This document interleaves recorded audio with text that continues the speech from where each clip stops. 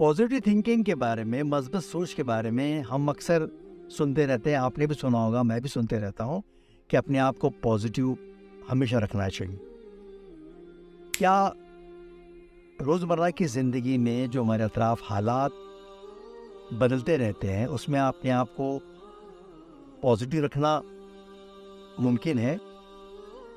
फ़र्ज़ कीजिए किसी की इकलौती औलाद, उसका बेटा या बेटी ऑपरेशन थिएटर में, अस्पताल में मौत और ज़िंदगी के बीच में कशमकश हो रही है, या किसी का कारोबार अचानक तबाह हो गया, ज़बरदस्त लॉस हो गया, या कि किसी की ज़िंदगी भर की पूंजी अचानक किसी ने हड़प कर ली,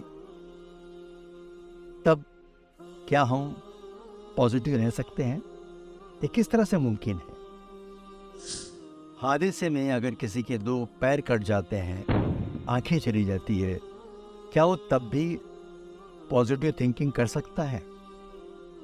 पॉजिटिव थिंकिंग का मतलब ये नहीं होता कि जो कुछ हो रहा है अच्छा ही होगा, ये सोचना उस वक्त, या जो कुछ होता है वो अच्छे के लिए होता है। नहीं, पॉजिटिव थिंकिंग का असल मतलब ये होता है कि जो कुछ भी मेरी ज़िंदगी में हो रहा है उसमें अल्लाह की मर्ज़ी शामिल है, या अल्लाह की तरफ से, ईश्वर की तरफ से हो रहा है, और ये उसकी मर्ज़ी है, इसमें मेरा कोई दखल नहीं है।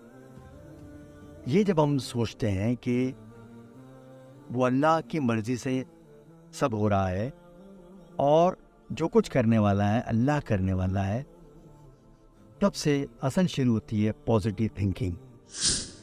जो हालात हो रहे हैं उसको अल्लाह की मर्ज़ी समझना और उसकी मर्ज़ी से राज़ी रहना, और एक आजमाइश का सामना करना सब्र के साथ, उम्मीद के साथ, क्योंकि फरमान इलाही है और खुदा की रहमत से नाउम्मीद न हो, और खुदा की रहमत से बेईमान लोग नाउम्मीद हुआ करते हैं।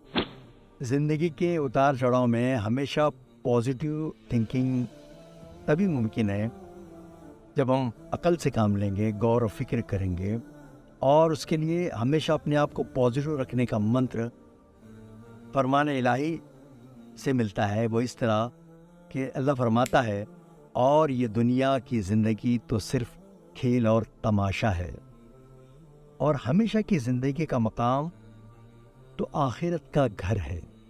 काश लोग ये समझते, गौर फिक्र करते। कहने का मेरा मतलब ये हर रात के बाद एक उजाला है, अंधेरे के बाद उजाला है। एक जैसे हालात कभी नहीं रहते। इसलिए ये जब सोच हमारे अंदर दाखिल होती है, तभी हर हाल में हम सब्र के साथ, उम्मीद के साथ, ये सब्र और उम्मीद जब मुसलसिल हमारे जहनों में होती है, तभी हर हाल में हम पॉजिटिव थिंकर बन सकते हैं।